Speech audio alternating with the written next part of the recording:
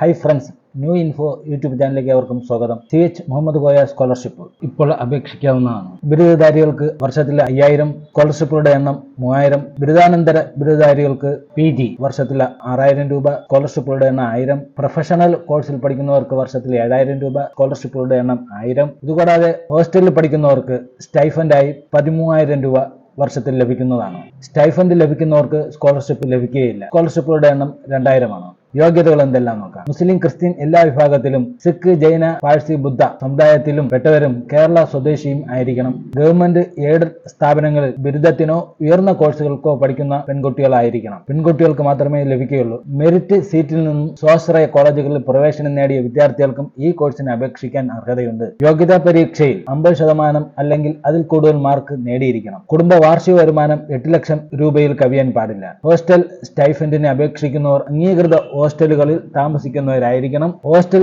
സ്റ്റൈഫൻഡിന് അർഹതയുള്ളവർ സ്കോളർഷിപ്പിന് അർഹരല്ല. ആദ്യ വർഷങ്ങളിൽ അപേക്ഷിക്കാൻ കഴിയാതെ പോയവർക്കും ഇപ്പോൾ പഠിക്കുന്ന വർഷത്തേക്ക് അപേക്ഷിക്കാവുന്നതാണ്. ഓൺലൈൻ വഴി രജിസ്റ്റർ ചെയ്യുന്നതിന് എന്തൊക്കെയാണ് വേണ്ടത്? Email ID, mobile number, bank detail, ഫോട്ടോയും സിഗ്നേച്ചറും അപ്ലോഡ് ചെയ്ത് കൊടുക്കേണ്ടതാണ്. JPG ഫയലായിരിക്കണം. 100 KB കൂടുതൽ വരാനും പാടില്ല. അതോടൊപ്പം അപ്ലോഡ് ചെയ്യേണ്ടത് SSLC certificate, income certificate, ration card ഇവ PDF ആയി സ്കാൻ ചെയ്ത് അപ്ലോഡ് ചെയ്യേണ്ടതാണ്. ഇൻകം സർട്ടിഫിക്കറ്റ് വില്ലേജ് ഓഫീസിൽ നിന്നും മേടിക്കേണ്ടതാണ്. അതിന്റെ ഒറിജിനലും ആപ്ലിക്കേഷനോടൊപ്പം കൊടുക്കേണ്ടതുമാണ്. ഈ രീതിയിൽ ഇവയെല്ലാം രജിസ്ട്രേഷൻ ചെയ്തതിനു ശേഷം അതിന്റെ പ്രിന്റ് ഔട്ട് ഈ പറഞ്ഞ സർട്ടിഫിക്കറ്റുകളെല്ലാം പഠിക്കുന്ന സ്ഥാപനത്തിലെ മേലധികാരികളെ ഏൽപ്പിക്കേണ്ടതുമാണ്. ഓൺലൈൻ വഴി രജിസ്ട്രേഷൻ ചെയ്യേണ്ട അവസാന ഡേറ്റ് 24/2 ആണ്.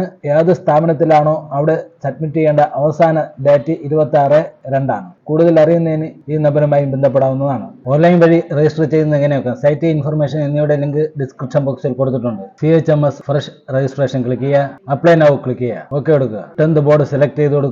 10th രജിസ്റ്റർ നമ്പർ എൻ്റർ ചെയ്ത് കൊടുക്കുക. ഇയർ ഓഫ് പാസിംഗ് കൊടുക്കുക. ഓക്കെ കൊടുക്കുക. രജിസ്ട്രേഷൻ ID വന്നിട്ടുണ്ട്, അത് എഴുതി വയ്ക്കുക. മറ്റു ഡീറ്റെയിൽ എല്ലാം ഇവിടെ കൃത്യമായും കാണിക്കുന്നതായിരിക്കും. മൊബൈൽ നമ്പർ ചേഞ്ച് ചെയ്യണമെങ്കിൽ ചേഞ്ച് ചെയ്യാം. യൂസർ ID ആയിട്ട് ഈ രജിസ്റ്റർ നമ്പറാണ് ഉപയോഗിക്കുക. ഒരു പാസ്വേഡ് ക്രിയേറ്റ് ചെയ്യുക. കൊടുത്ത പാസ്വേഡ് ഒരിക്കൽ കൂടി കൊടുക്കുക. ഈ കാണുന്ന ക്യാപ്ച എൻ്റർ ചെയ്ത് കൊടുക്കുക. സേവ് ആൻഡ് പ്രൊസീഡ് കൊടുക്കുക. അടുത്ത വരുന്ന വിൻഡോയിൽ SSLC ബേസ് ചെയ്തുള്ള മറ്റ് ഡീറ്റെയിൽ എല്ലാം വരുന്നതായിരിക്കും. അഡ്രസ്സ്, മറ്റ് ഡീറ്റെയിൽ എല്ലാം കാണിക്കുന്നതായിരിക്കും. ഇവയെല്ലാം ശരിയാണെന്നൊക്കെ. എന്തെങ്കിലും തെറ്റുകളുണ്ടെങ്കിൽ അത് തിരുത്താം. അതിനുശേഷം സേവ് ആൻഡ് പ്രൊസീഡ് കൊടുക്കുക. ഡിസ്ട്രിക്ട് സെലക്ട് ചെയ്ത് കൊടുക്കുക. കോഴ്സ് ടൈപ്പ് ഗവൺമെന്റ് എയ്ഡഡ് കോളേജാണ്, അത് സെലക്ട് ചെയ്ത് കൊടുക്കുക. ഏത് കോളേജിലാണ് പഠിക്കുന്നത് അത് സെലക്ട് ചെയ്ത് കൊടുക്കുക. കോഴ്സ് ഏതാണ് അത് ഇവിടെ നിന്ന് സെലക്ട് ചെയ്ത് കൊടുക്കുക. ഡിഗ്രിക്ക് പഠിക്കുന്നതുകൊണ്ട് ഇവിടെ ഡിഗ്രി കൊടുത്തു. ഡിഗ്രിയിലെ മെയിൻ സബ്ജക്റ്റ് ഏതാണ് അത് കൊടുക്കുക. അപ്പോൾ എത്രാം ഇയർ ആണ് അത് ഇവിടെ സെലക്ട് ചെയ്യാവുന്നതാണ്. സെക്കൻഡ് ഇയർ ആണ് സെക്കൻഡ് കൊടുക്കുക. കോളേജിൽ അഡ്മിഷൻ എടുത്ത ഡേറ്റ്, മാസം, ഇയർ കൊടുക്കുക. അഡ്മിഷൻ നമ്പർ കൊടുക്കുക. അറ്റൻഡിങ് ഫുൾ കോഴ്സ് ആണെങ്കിൽ എസ് കൊടുക്കുക. ഡിഗ്രി ഫസ്റ്റ് ഇയറിൽ എക്സാം ഡേറ്റ് കൊടുക്കുക. മാർക്ക് പെർസെൻറ്റേജ് കൊടുക്കുക. ഏതെങ്കിലും സ്കോളർഷിപ്പ് കിട്ടിയിട്ടുണ്ടെങ്കിൽ എസ് കൊടുക്കുക. അതിന്റെ ഡീറ്റെയിൽ കൊടുക്കുക. ഇല്ലെങ്കിൽ നോ കൊടുക്കുക. സേവ് ആൻഡ് പ്രൊസീഡ് കൊടുക്കുക.